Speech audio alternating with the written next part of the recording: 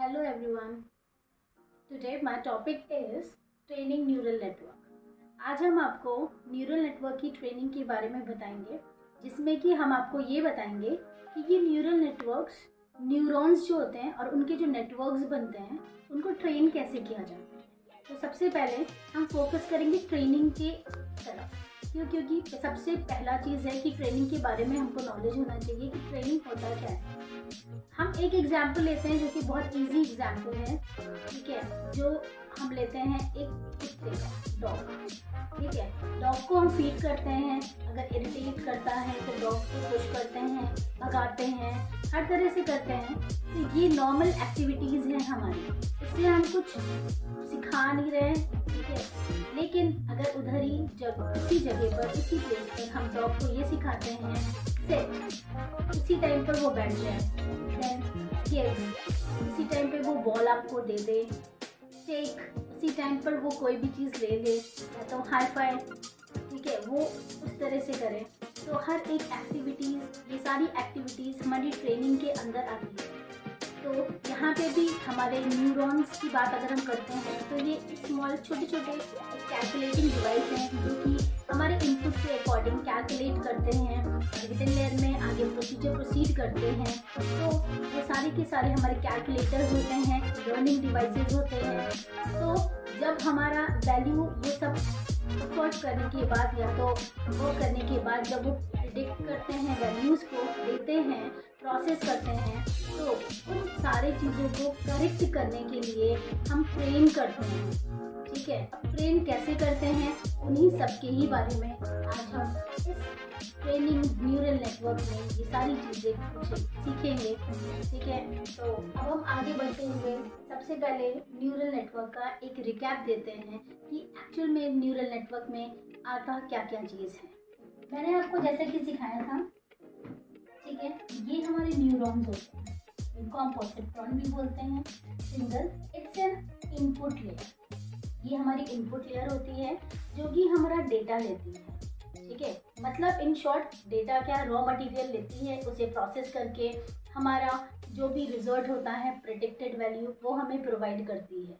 जैसे इसमें हमने 1 लिया, इसमें 2 लिया, इसमें 3 लिया, ये सारे लेयर्स लिया। अब हमारा ये आपको मालूम है, ये हमारी जो हिडन लेयर है इससे अटैच होंगे सारे के सारे, ठीक है, ये सारे। तो अब इन सब के वेटेज, ये वेटेज लेके चलेंगे। सपोज करिए इसका वेटेज 1, 2, 3 है, ठीक है। या तो एक सिंपली इसका वेटेज हम इजी गोइंग रहेगा, 2, 2, 2 रखते हैं, इसका 1, 2, 3 रखते हैं। अब हम इनको कैलकुलेट कैसे करेंगे, वेटेज को हम मल्टीप्लाई करते हैं इन सारे डेटा से, इनपुट लेयर्स के। तो 2 1 जा 2, तो 2 प्लस 2 2 जा 4, 4 प्लस 2 3 जा 6। इसको अगर हम ऐड करते हैं वी विल गेट आंसर 12, ठीक है। अब देखिएगा ध्यान से, अगर हम इसको करते हैं तो 1 प्लस 2 2 जा 4 प्लस 3 3 जा 9, 9 4 13 प्लस 1 14। अब इसी में आगे अगर हम वेटेज लेके चलते हैं तो ये हमारा आउटपुट है, ठीक है। So you know this is hidden layer, ठीक है। और हिडन लेयर इन सब चीज़ों में हमारा जो मेन प्रोसेस होता है वो वेटेज पर होता है कि हमारा कितना वेटेज, किस न्यूरॉन का कितना वेटेज है, वो आगे हिडन लेयर को प्रोसीड किया, उसके बाद उसका कितना वेटेज है इस पर बेस्ड रहता है। अब सपोज करिए इसका वेटेज हमने किया 5, ठीक है, और इसका वेटेज हमने किया 2, ओके। अब हम जब मल्टीप्लाई करेंगे तो 12 5 जा 60, 60 प्लस 14 2 जा 23, इट विल बिकम 80। तो ये हमारा आउटपुट है, ठीक है। तो ये एक्चुअली ये हमारी जो भी वैल्यू आती है this is called a predicted value, जो कि हमारा न्यूरॉन एक कैलकुलेटिंग डिवाइस हमें सॉल्व करके जो भी आंसर प्रोवाइड करता है वो हमारी प्रेडिक्टेड वैल्यू होती है। अब हम उसको ट्रेन कैसे करते हैं। ट्रेनिंग में हम इन सब चीज़ों को देखते हैं ध्यान से। सपोज करिए हमारे पास हमारी प्रेडिक्टेड वैल्यू तो उसने कैलकुलेट करके दी, बट एक्चुअल वैल्यू हमारे पास ऑलरेडी है। एक्चुअल वैल्यू में हमारे पास, ठीक है, सपोज करिए हमारे पास actual value, wait a minute, actual value में है 100। This is an actual value, ठीक है। अब ये एक्चुअल वैल्यू था, तो ये हमारा एक्चुअल वैल्यू जब 100 था, तो ये जो 88 आया है हमारा, एक्चुअली इसको हमको आना चाहिए था 100, ठीक है। तो अब हम इसको कैसे करेंगे, ध्यान से देखिए। इसके वेटेज में हम बैक प्रोपगेट करेंगे, इसके बारे में भी आगे हम एक्सप्लेन करेंगे, और उसमें इसके वेटेज में हम जाके चेंजेस करेंगे। अब हम इसके वेटेज में कैसे चेंजेस करेंगे, अभी तो कैलकुलेटिंग डिवाइस में हमारे जो भी वर्क होता है, I told you already, it is based on the input devices and it's weightage, ठीक है। तो उसी में चेंजेस करके ही हम उसको इम्प्रूव करेंगे और उसी में चेंजेस करके उसको हम ट्रेन करेंगे, जिससे वो आगे इतना अच्छा प्रिडिक्ट करे जो कि हमारी एकदम एक्चुअल वैल्यू के कंपैरिजन करके। जैसा कि मैंने आपको बताया कि एक्चुअल वैल्यू हमारे पास 100 है और प्रेडिक्टेड वैल्यू हमारे पास 88 है। अगर दोनों के बीच में डिफरेंसेस देखें तो वो ज़्यादा है एक्चुअल वैल्यू, इसलिए हम बैक जाएंगे, ठीक है। देखिए अभी तक तो हम नॉर्मली फॉरवर्ड प्रोपगेशन करते हैं। अब फॉरवर्ड प्रोपगेशन में होता क्या है, हमारा इनपुट लेयर में इनपुट लेना, आगे प्रोसीड करना, जो भी हमारी वेटेज है उसको लेते हुए हिडन लेयर्स में कैलकुलेशन करना, फिर उनके वेटेज को लेते हुए उसको कैलकुलेट करके आउटपुट लेयर में हमें प्रेडिक्टेड वैल्यू मिल जाता है। This process is called forward propagation, ठीक है। तो ये फॉरवर्ड प्रोपगेशन आपका कंप्लीट हो गया है। अब हम देखेंगे कि हमारे में लॉस शो कर रहा है, मतलब जो प्रेडिक्टेड वैल्यू है एक्चुअल वैल्यू के बीच में बहुत ज़्यादा डिफरेंसेस हैं, तो हम बैक जाएंगे। इसी को अब जब हम जैसे जैसे बैक चैनल में प्रोसीड करेंगे, उसी तरह से हमारा बैक प्रोपगेशन स्टार्ट होगा, और जिस तरह और उसके बाद जहाँ पे हमको मिस्टेक मिलेगी वहाँ पे वेटेज में हर एक चीज़ में हम इम्प्रूव करते हुए आएंगे, और वो इम्प्रूवमेंट हमारा कहलाएगा वेटेज में चेंजेस के बाद वो हमें करेक्ट वैल्यू देगा, प्रेडिक्टेड वैल्यू देगा, जो हमारा कहलाएगा बैक प्रोपगेशन, ठीक है। तो अब देखिए इसमें हम बैक आए, यहाँ पर जैसे ही मैंने बैक फ्लो करना स्टार्ट किया, रन करना स्टार्ट किया, ये जो 88 वैल्यू और हमारी एक्चुअल वैल्यू 100 थी, तो आप देख रहे हैं ज़्यादा वैल्यू है, तो हमने इसमें 5 का चेंजेस करके इस वेटेज को चेंज करके मैंने 6 कर दिया। अब जैसे ही हमने 6 किया तो 12 6 इट विल बी 72, तो ये 72 हुआ। जैसे ही हमने इन दोनों को ऐड किया, हमारा आंसर करेक्ट एक्चुअल वैल्यू के एग्जैक्ट एक्चुअल वैल्यू आ गया। नाउ दिस आउटपुट वैल्यू, ठीक है, न्यूरॉन वैल्यू इज 100। अब देखिए इसमें there is nothing, there is no loss, it is having exact value, ठीक है। तो ये हमारा बैक प्रोपगेशन में बैक साइड जाते ही हुए न्यूरॉन्स के वेटेज को चेंज करते हुए यही काम करते हैं। अब ये भी एक तरह की ट्रेनिंग में आता है। अब आपको नेक्स्ट हम लॉस फंक्शन को भी समझाएंगे। अब इस लॉस फंक्शन में हम ये पढ़ेंगे कि लॉस क्या होता है। अब देखिए लॉस क्या होता है नॉर्मली, अब आपको बताएंगे।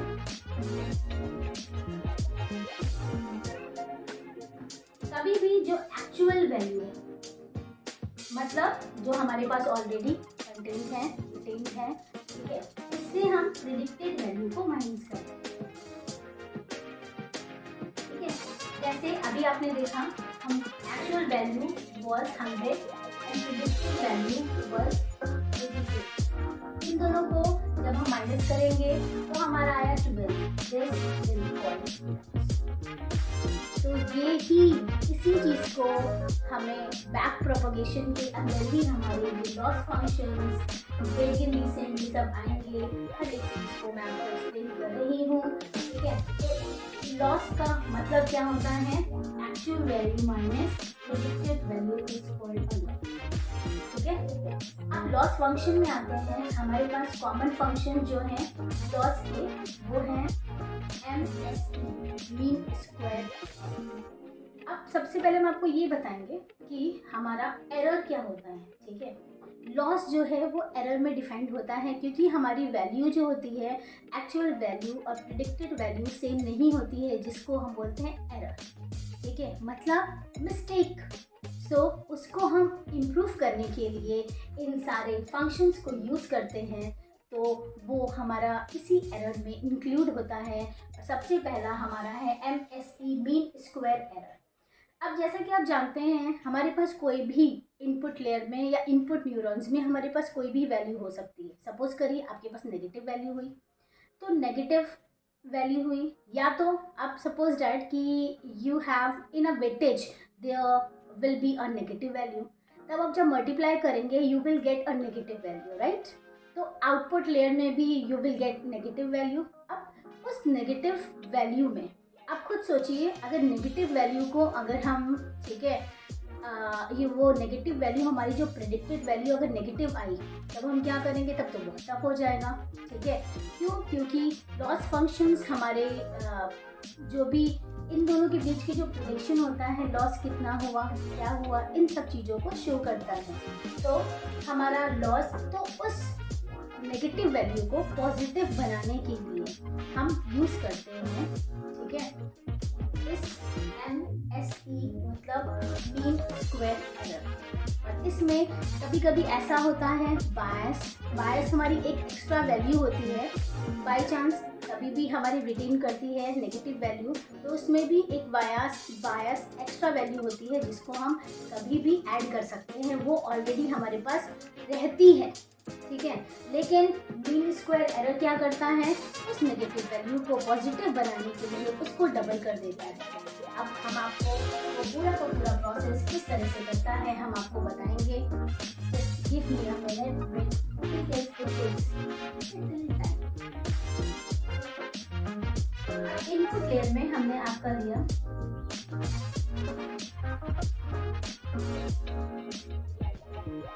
10, 20,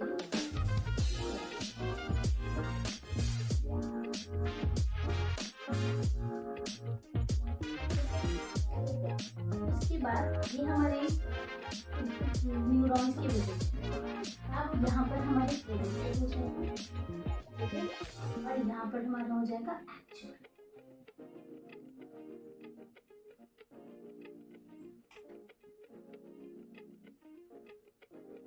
प्रेडिक्टेड में हमारा है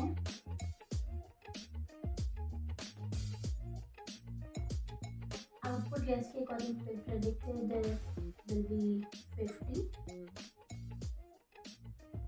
100 और 150। ओके, अब देखिएगा एक्चुअल वैल्यू 10 की हमारे ये प्रेडिक्टेड है, एक्चुअल वैल्यू वहाँ पे है 100,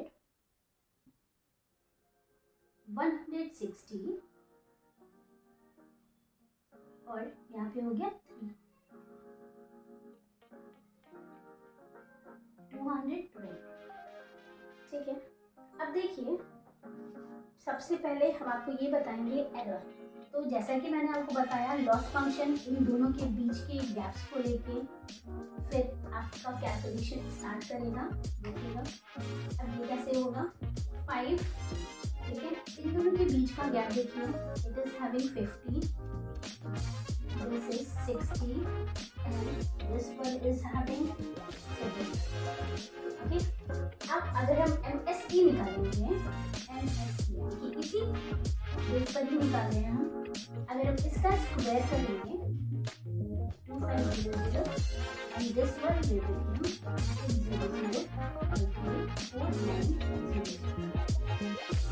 अब उसके अकॉर्डिंग अगर हम बनाएंगे आपका ग्राफ, ठीक है, ये 0 दिया हमने, 100, 200, ठीक है, और 300, 400, 500 ऐसे करके हमें इसमें हमारे ठीक है। तो अब देखिएगा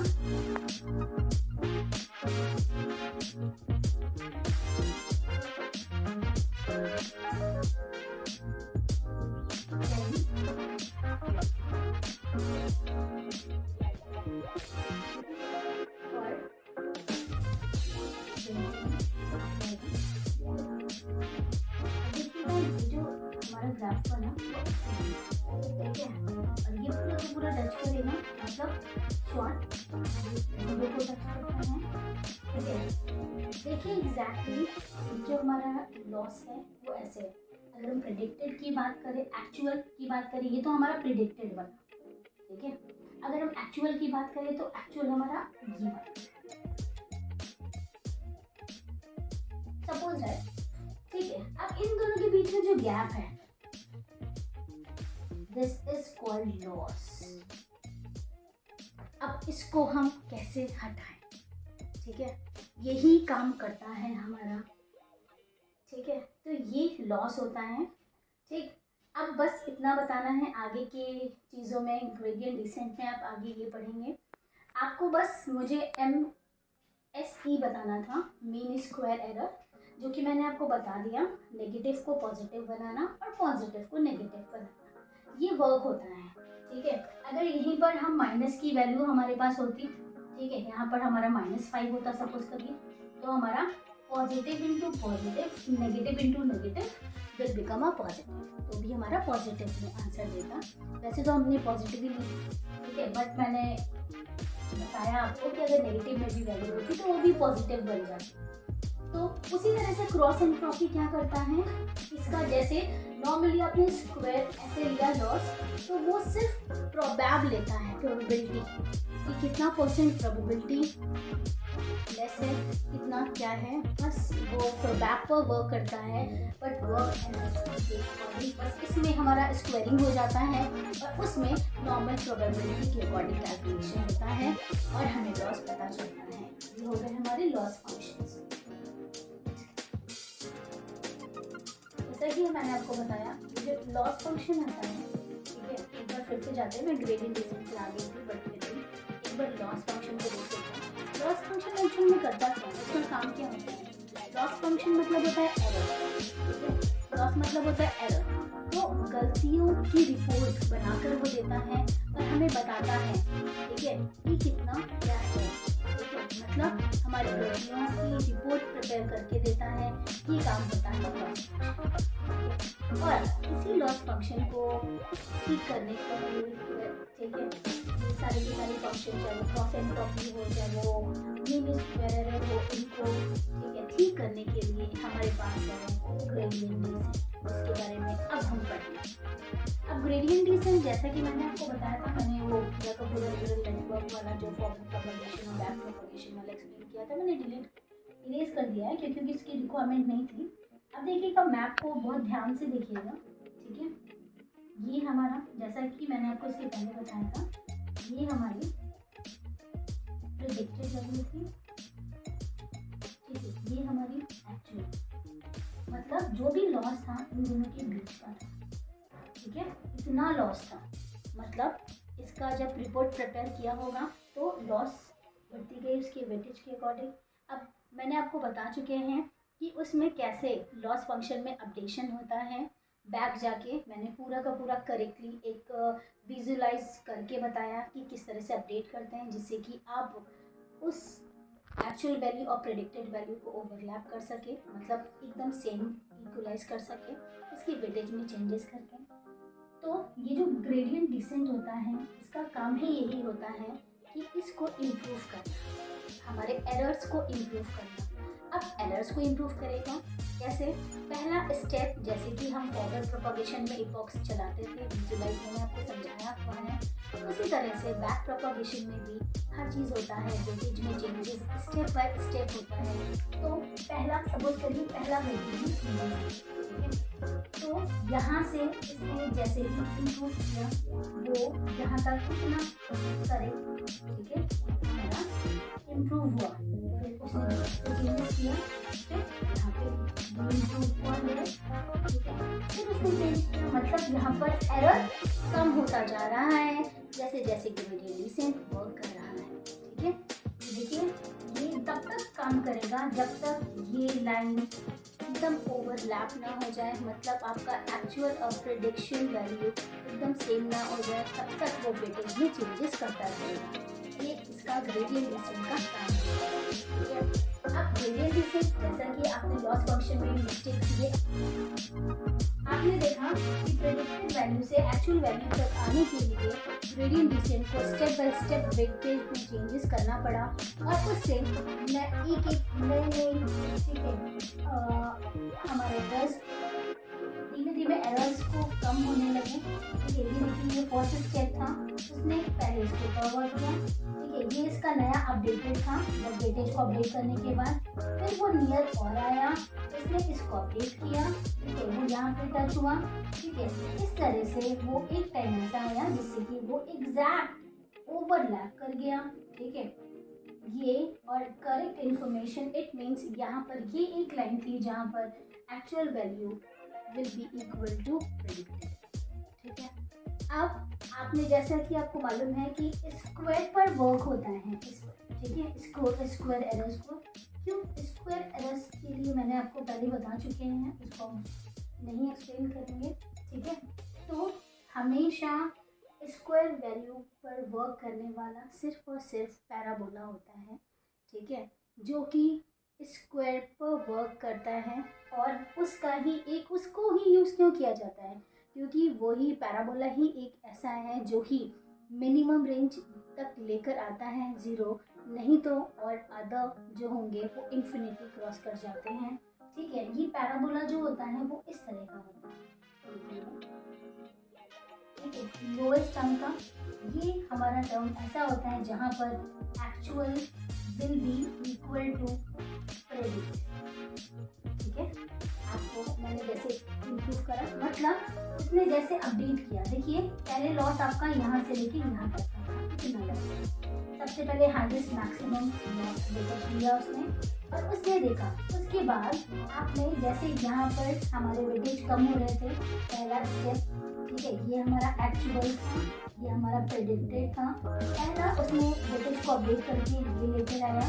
ठीक है, तो वो उसका पहला स्टेप यहाँ तक का था। मतलब वो धीमे धीमे इस तरह से जिगजैग अपने आप को वेटेज को इम्प्रूव करके वो धीमे धीमे डाउन करता है, फिर इक्वलाइज करता है, फिर डाउन करता है, फिर इक्वलाइज करता है, ये जिगजैग क्रिएट करता है। और देखिए फिर नेक्स्ट वेटेज को अपडेट करके उसने नया इम्प्रूवमेंट लॉस ने थोड़ा सा और किया, जो कि नेक्स्ट वेटेज यहाँ पर आया और लॉस हमारा और ज़्यादा कम हो गया। फिर नेक्स्ट क्या हुआ, फिर से एक उसने अपडेट किया वेटेज को और वहाँ पर हमारा यहाँ पर इतना और कम। देखिए फिर से उसने मिनिमाइज किया, हमारा फिर इधर आ गया और फिर से मिनिमाइज करने पर फिर वो ओवरलैप हो गया और फिर वो डाउन मिनिमाइज, जहाँ पर हमारा actual equal to predicted value हो। ठीक है, और हमेशा नेगेटिव वैल्यू हो। ठीक है, क्योंकि आपको मालूम है स्क्वायरिंग पर बेस्ड वर्क करता है, नेगेटिव को पॉजिटिव बनाता है, हर एक काम करता है इस तरह से। नेगेटिव वैल्यू या पॉजिटिव वैल्यू पैराबोला ही स्क्वायरिंग नंबर्स को या स्क्वायर्स को एरर्स को ट्रेन करता है। ठीक, अब आपको इतना समझ में आ गया होगा ग्रेडियंट डिसेंट। ग्रेडियंट डिसेंट बहुत तरह के होते हैं, स्टोचैस्टिक ग्रेडियंट डिसेंट होते हैं, मोमेंटस ग्रेडियंट डिसेंट होते हैं, बैच ग्रेडियंट डिसेंट होते हैं, लीनियर ग्रेडियंट डिसेंट होते हैं। ये सब काम इसी पर ही करते हैं। आपको मालूम है लॉस हमारा एरर्स जो है वो हमारा दोनों के दोनों जो भी हैं वो ठीक है स्क्वायर बेस्ड वर्क करते हैं, चाहे प्रोबैब बेस्ड हो चाहे वो वैल्यू बेस्ड हो। ठीक है, तो वो हमारा यूज़ करते हैं पैराबोला। ठीक है, इसीलिए यूज़ किया जाता है। मैंने आपको ये भी बता दिया पैराबोला ही क्यों यूज़ किया जाता है। अब एक बार लास्ट पॉइंट पर हम फोकस करेंगे, बैक प्रोपगेशन।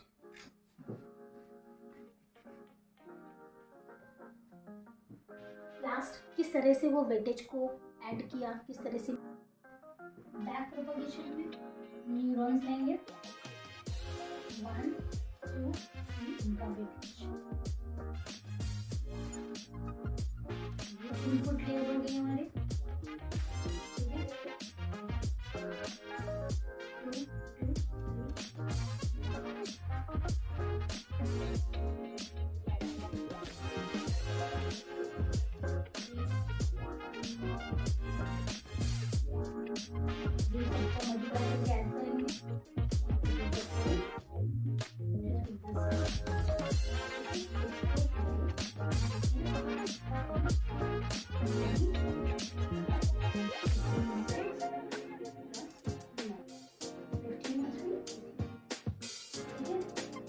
अभी इसको वेटेज को लेते हुए आगे हम हिडन लेयर से आगे चलेंगे।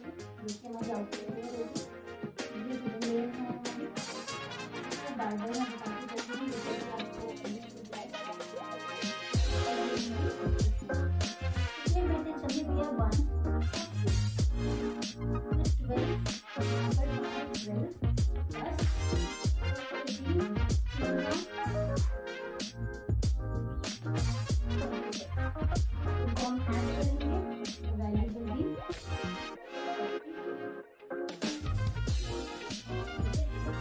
देखिएगा ये हमारा फॉरवर्ड प्रोपगेशन जैसा कि मैंने अभी आपके सामने किया। इसी का बैकवर्ड प्रोपगेशन हमारा होता है। बैक प्रोपगेशन हमने जो हमारी वैल्यू आती है वो हमारी प्रेडिक्टेड वैल्यू होती है, मैंने ऊपर समझाया है, ठीक है।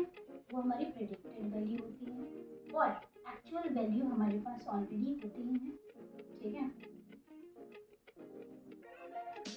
एक्चुअल वैल्यू हमारे पास सपोज करिए कि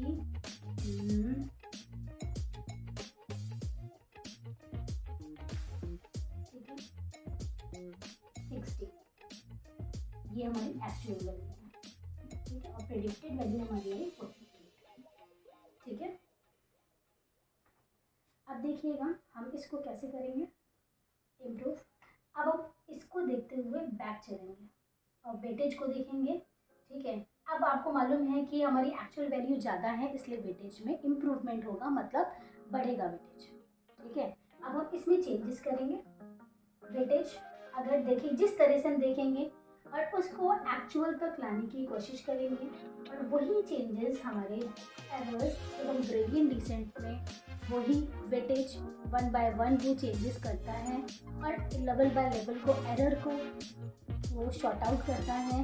और एक टाइम ऐसा आता है जब वो वेटेज उसके इक्वल हो जाता है, मतलब one time will come when predicted value will be equal to actual value और वही हमारी, ठीक है, वही उसका काम होता है ग्रेडियंट डिसेंट का, जब तक वो ओवरलैप नहीं करता, मतलब आपका एरर एकदम शॉर्ट आउट कर देता है और आपको एक्चुअल वैल्यू और प्रेडिक्टेड वैल्यू इक्वलाइज करके देते हैं, यही काम होता है ग्रेडियंट डिसेंट का। अब एक शॉर्ट हम आपको इतना बताएंगे कि लॉस फंक्शन का काम आपने क्या समझा अभी तक में इतना समझा कि ये एरर की रिपोर्ट बना के देता है, ठीक है। और उस एरर की रिपोर्ट को शॉर्ट आउट करके उसको करेक्ट करने का काम हमारा करता है ग्रेडियंट डिसेंट, ठीक है। और ग्रेडियंट डिसेंट में हमारा इस पर वर्क किया जाता है और इसलिए हम यूज़ करते हैं पैराबोला को, क्योंकि पैराबोला में ही उसके अंदर ऐसा मतलब पैराबोला ही वर्क करता है जो कि वो एक मिनिमम वैल्यू तक लेके जाता है जहाँ पे हमारी प्रेडिक्टेड वैल्यू और एक्चुअल वैल्यू इक्वल होती है। ये सारा का सारा हम न्यूरल नेटवर्क में पढ़ा। अब ये हमारा वीडियो खत्म है और प्लीज़ आपको आज इंटरेस्ट आया होगा, ठीक है। ध्यान से सुनिएगा, समझिएगा, हर एक चीज़ को मैंने बहुत अच्छे से एक्सप्लेन करने की कोशिश करी है अपने इस वीडियो में। हर ट्रेनिंग को, हर एक चीज़ को बहुत अच्छे से समझाया है, तो प्लीज़, ठीक है, for my hard work don't forget to click on subscribe and like button. Thank you so much.